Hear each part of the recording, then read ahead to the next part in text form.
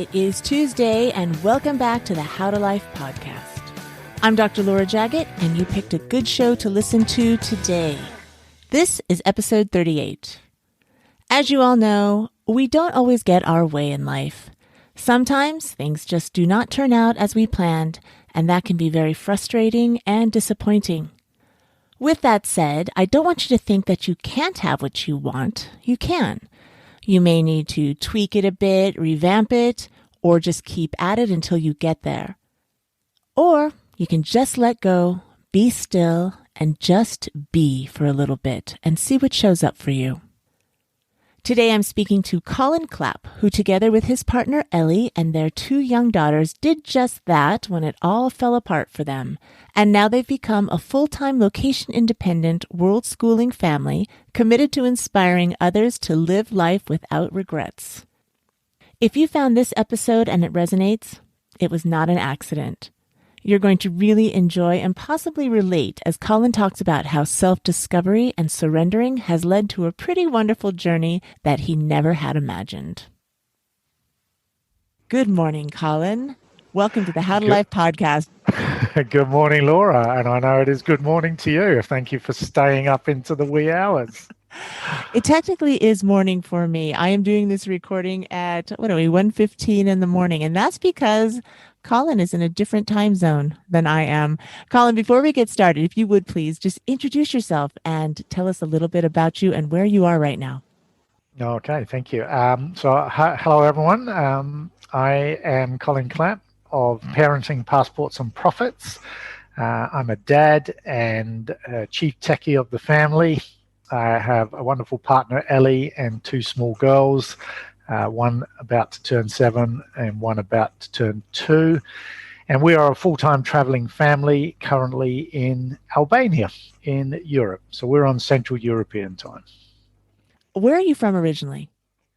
So I was born in the UK. I emigrated to New Zealand when I was 38. I'm now a New Zealand citizen. I travel on a New Zealand passport and we consider ourselves a New Zealand family. But we left New Zealand in 2017 and have had no permanent home since. Any regrets about that, or are you liking that decision? We are loving that decision. It was an accidental journey. It wasn't planned, but we have fallen in love with the lifestyle. What led to the decision to be without a country, so to speak? That's a great question. Guys, when I was a young adult, I was, career driven and trying to make my way in the world. I did no personal development. I didn't understand the value of education. I did not want kids and I did not want to get married. I had to go through a lot of ups and downs of just normal life through my 20s and 30s to make me wake up to why I didn't want children and why I didn't want to get married. And I did that work. And so when I say I did that work, I worked on myself, but it came on the back of a relationship breakup. I'd never even heard of personal development until this relationship breakup made me look in the mirror for the first time. And from that moment forth, that I became a advocate of lifelong learning about yourself, learning about the world, learning about opportunities, business, and I've never stopped reading and listening and watching and taking courses since. What happened there that made you take a good look at yourself finally? I was very bitter about this breakup, and I found myself in Australia, and then suddenly I had no job, no university, no girlfriend or partner, and my desire to go and live abroad was like presented to me, and I well, it's now or never. You've been preparing for this for many, many years to live abroad. So did you feel that you had to change something about yourself in order to change your circumstance? Yes, and the revelation was there was a little story that was a trigger. I arrived in Australia with this view, like, how am I going to get this new life where I don't have to grow old in England? So Australia was the first stopping point in me discovering other parts of the world that I could be. But I'm not a young man. I'm in my mid-30s. I haven't got the partner I thought I was going to have the last few years, and I'm bitter. One day I went out for dinner with a guy who was a friend of a friend, and he invited another friend. And during the conversation, I said something where I must have been venting. And this stranger said something along the lines of, get over yourself, move on. Not long after that is the day I was in the bookshop and I just looked at a book that I'd never seen before, and something in that book made me go, you need to read this. And from that moment, I have not stopped reading those types of books. Mm-hmm. And my library of those books and my understanding of myself and all those things is immensely different, which is a very, very long-winded way of answering your first question about why did we go traveling. And the reason we went traveling as a family is because we lost a business. We invested in a business and it didn't go how we planned. Cut a long story short, enough was enough. But in order for enough to enough, I had to go to a very dark place. I had to wake up one day and go, it's not working, is it, Cole? Everything you've done in the last 15 months to pursue what you thought was going to be an improvement on your life has actually had the opposite effect. You're burnt out, Elly's burnt out, you've lost a lot of money, you're potentially going to lose a lot more in tidying all of this up. You know, there's a phrase, if you find yourself in a hole, the best thing you can do is stop digging. However bad this feels right now, you got to stop digging because it's not getting better, it's getting worse. At that moment in time, though, there was no thought of the next move. The only move was stop. I literally remember walking out the house, walk through the forest, and I would eventually hit the beach. But I literally just sat on the beach, but I watched the moon come up, and I just sat in darkness for hours and hours and hours, just knowing that this chapter of my life had ended. It slapped us in the face and took us to a place in human development that I had never been. Business-wise, intellectual-wise, I just had to brush myself down and start all over again. There was a sense of relief, but what happened next needed time. It needed, there was logistics fallout, there was emotional fallout, there was financial fallout, and we needed to do something different. And what came out of that was we would leave our house and we would leave Christchurch. But I specifically remember saying to Elly when we left, all we need to do right now is just be. That's all we need to do. We don't have to make any decisions about what we're going to do next. We just have to remember what it's like to smile again, love again, be happy again, be present. And we're going to go to your mum's and that's all we're going to do. And in time, our brains and our emotions and our hearts will recover, and we will get the signs we need to decide what we need to do next. That's very good advice, Colin, because things fall apart for everyone in varying degrees. And I like what you said there, that you told Elly, all we have to do is be. It's not a good idea to plan from that sort of chaotic sense. So just stop and reset. What happened after that? During this period, I was given a book called The Entrepreneur Suitcase, I think. And it was about this female traveling person who had made a life for herself just traveling around the world, living out of a suitcase.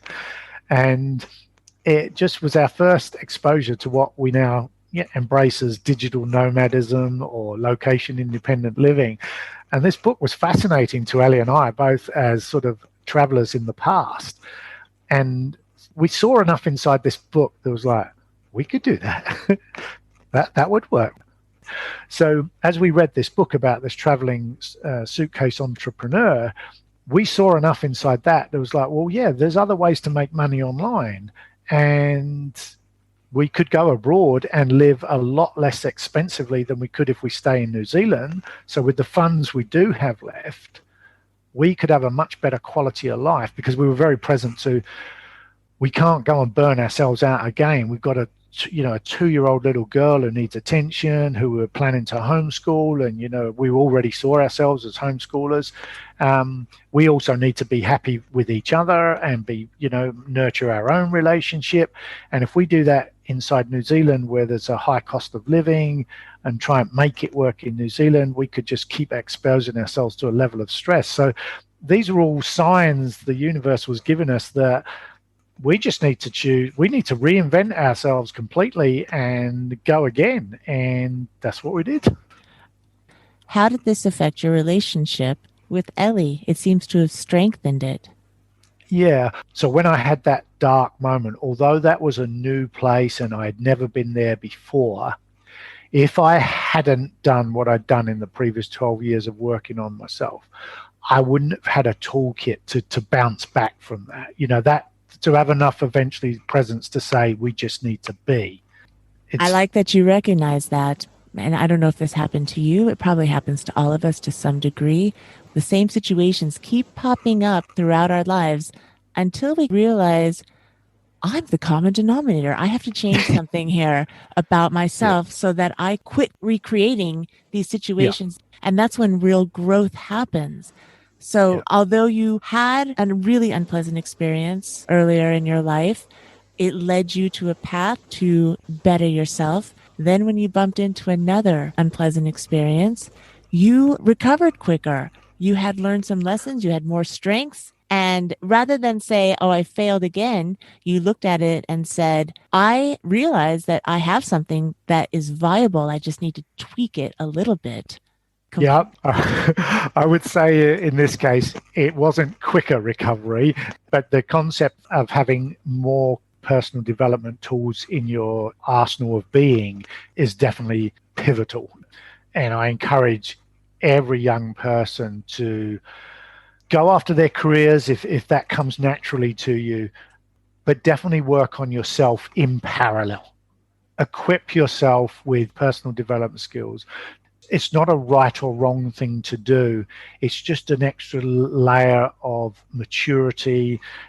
If you have it, it won't do you any harm whatsoever. Beautifully said.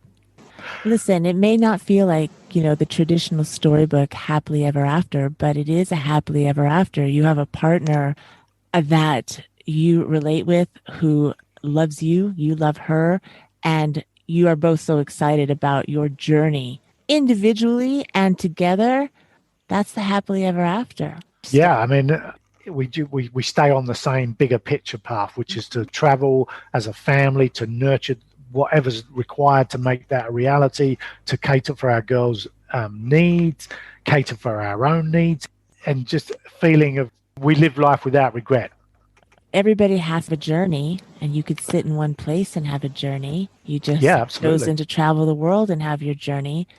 And I want to talk a little bit about that. How do you do what you do? Day by day. How do you decide where you're going to go next? So it started off with looking for low cost of living, which is what a lot of people do in this situation. It's important to understand as a full-time traveler, that's your life. You're not on holiday. We have to land wherever we land and open up our laptops and get on with work. We've learned how to be very fluent in how we travel. We know when we're going to have stress points in traveling days. So we're getting better and better. Everything's become more and more systemized. How we pack, the length of travel journeys between rests, all of those things. The more you do it, and the more in tune you are with yourself and the family, you kind of sort of see the stress points, the boiling points. Because people think you don't have any rhythm and rituals. Well, we do. And we're tuned into what they are, and we use those to decide where we're going to go. So we never decide, we want to go here because we want to see the ruins. That's not how we function. Mm-hmm. We go, where can we live as locals? How do you find places to live? In general, you look for something short term for a few days that allows you to, have a look around the place, and then we will look for either a long-term Airbnb or we will rent an apartment. We've lived in Malaysia for 10 months in a rented apartment, house sat in Indonesia for 5 months, lived in a rented house in Vietnam for 6 months, house sat in France for 7 months. So there are huge, when we say we're full-time traveling, like I say, we're slow travelers. We want to we like to land in a place and see if we can live as locals. We don't consider ourselves tourists. We're always there to sort of try and intertwine with the local fabric, and we get a lot of pleasure out of connecting with locals, even if we're only there for a month or two. There's just something about showing up every day and they realize you're the neighbor rather than someone who's just come for a week or two. How do you find these houses? Do you just look in the classifieds, word of mouth? Absolutely. We live in wonderful times with social media, and one of its advantages is how you can connect into a city or a destination. What do you do about language? Count ourselves lucky that we speak English. And you were in rural France for a while. How'd you do there? Yeah, so that one was definitely different.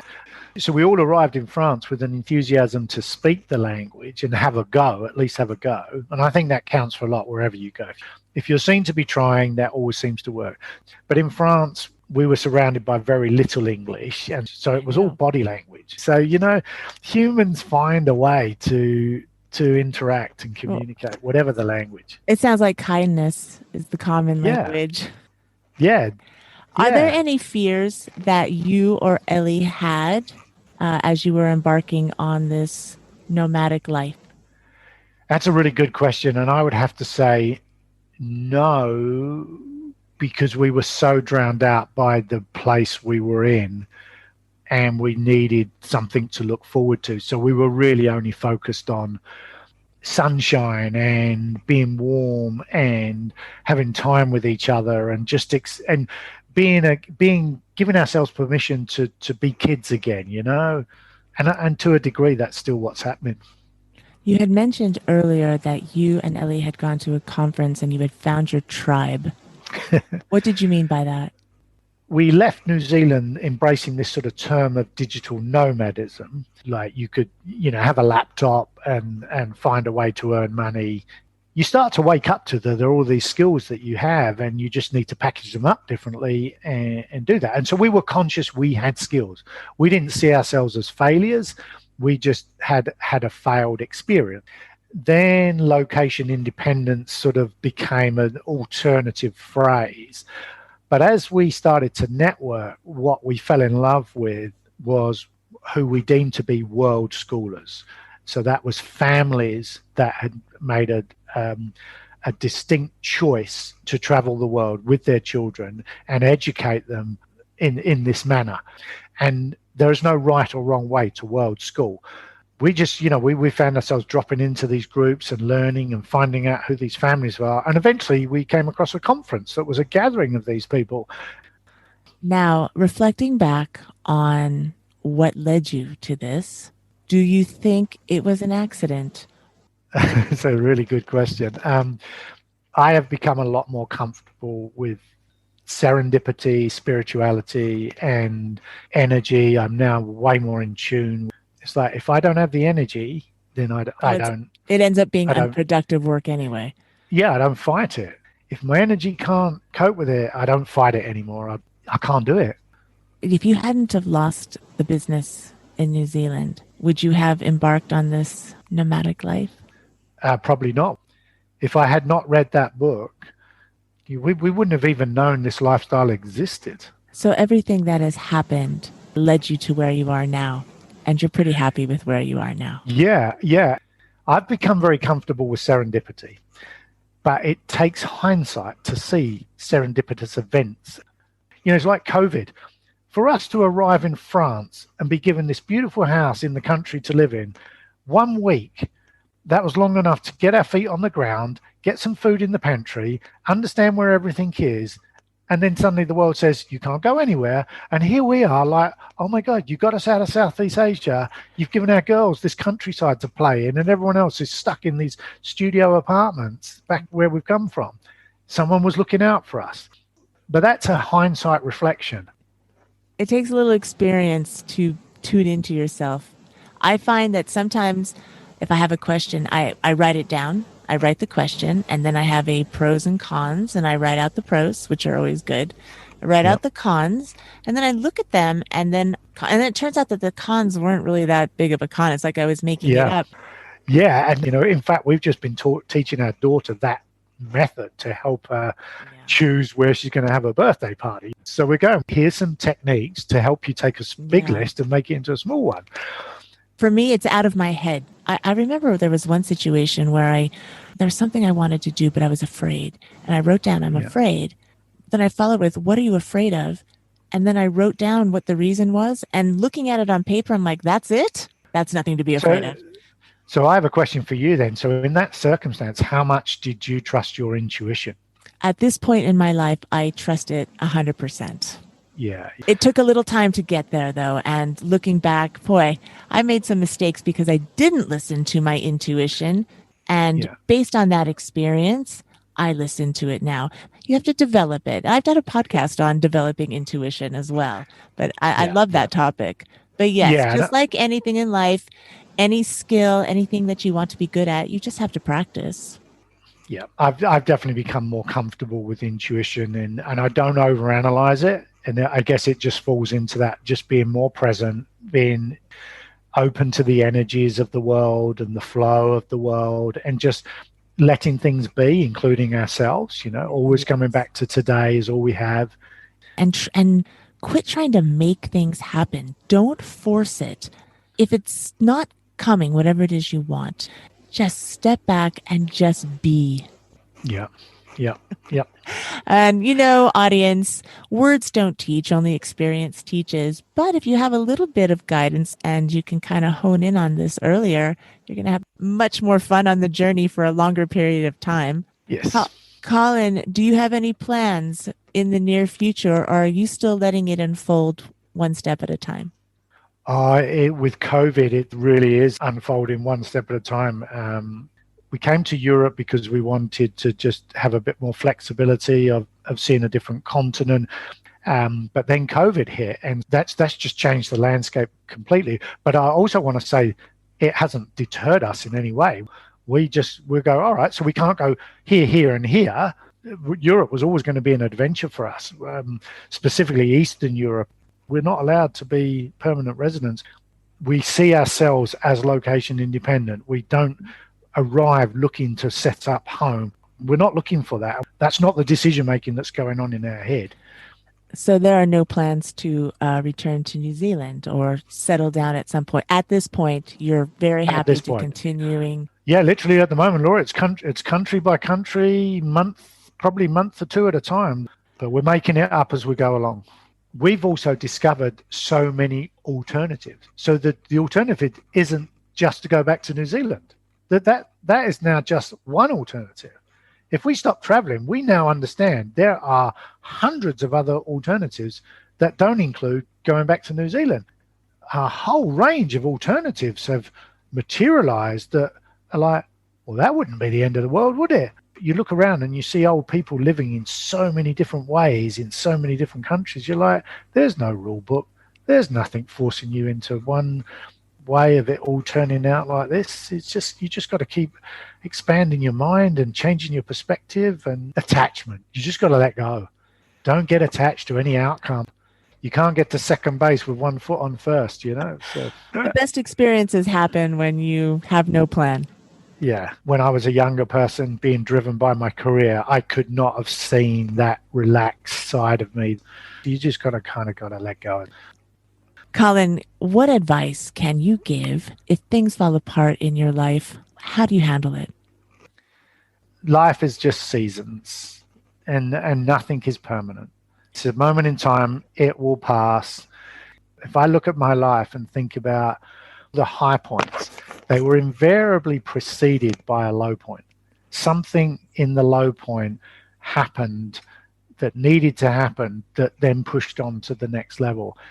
Life is not a straight line up or down. It is a very wiggly line, and you're going to have peaks and troughs, and your ability to cope with the troughs is going to affect how high you can climb the peaks. Good advice. Colin, it's been a delight speaking with you. I really appreciate you being on and sharing your story and this insight. Thank you, Laura. Thanks for having me. See, it all works out somehow, some way. If you doubt that, look back on your life and see that everything you worried about in the past somehow resolved. If you're listening right now, you have a 100% success rate of things working out for you. You can find out more about Colin, Elly, and location-independent living in the show notes at howtolife.com/038. Colin touched upon a few points that I have featured on previous podcasts. If you liked this episode, I recommend the very first show of 2021, episode 36, where I talk about resetting. Episodes 33 and 34 talk about travel, packing, and minimalism. Episode 26 is about turning your skill into freelancing freedom. Number 25 is how to follow your intuition. And episode 4 is about what to do when you don't know what to do. I love how I can cross-reference so many different shows that I've done so far. And I'm sure there's going to be many more like that in the future. There seems to be a common thread to this adult thing. Please join me again next Tuesday for more good instruction, inspiration, and insight. More good stuff is coming your way. As always, hit that 5-star rating button before you sign off, please. And subscribe to the How to Life podcast and the YouTube channel. Take care, everyone. Have the very best week. And if you're keeping up with the flow, keep going. If you need a break, take a rest. You are doing a great job. It's all good. You got this.